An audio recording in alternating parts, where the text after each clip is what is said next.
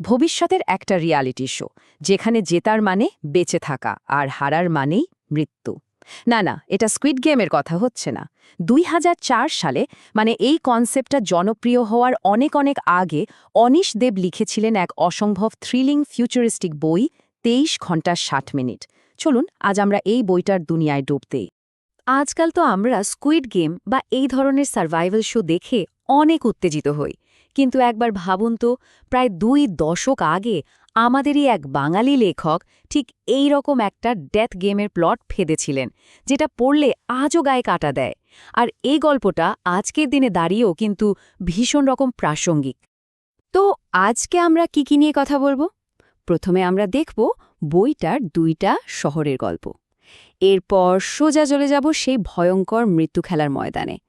তারপর দেখব আমাদের নায়কের কি বিপদ সামলাতে হয়।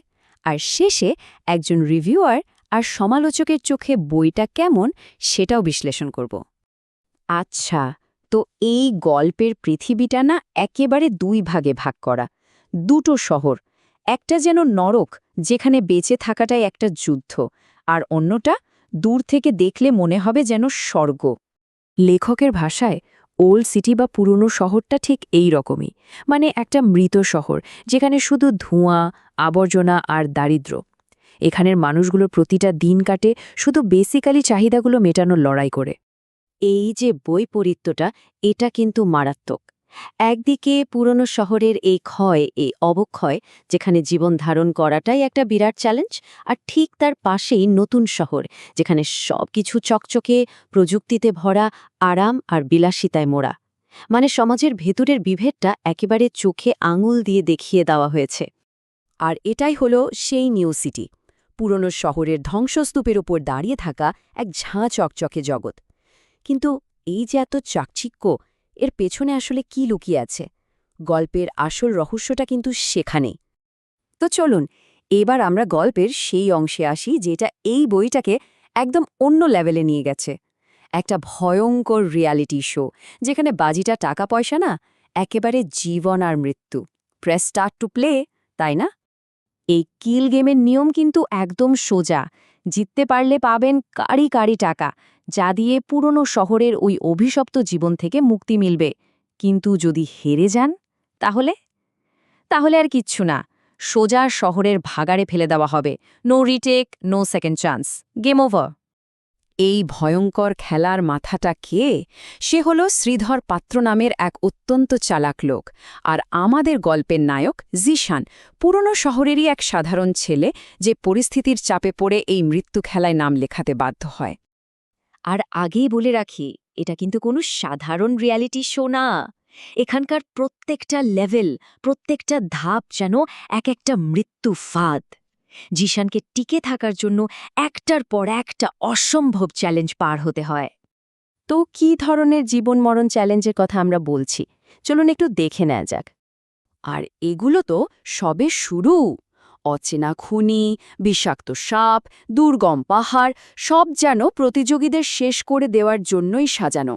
কিন্তু সবচেয়ে ভয়ঙ্কর আর অমানবিক ব্যাপারটা কি জানেন?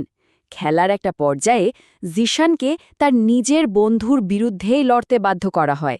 বুঝতেই পারছেন খেলাটা কতটা নৃশংস। গল্পটা যে দারুণ রোমাঞ্চকর, তাতে কোনো সন্দেহ নেই। কিন্তু কোনো কিছুই তো আর নিখুঁত হয় না, তাই না?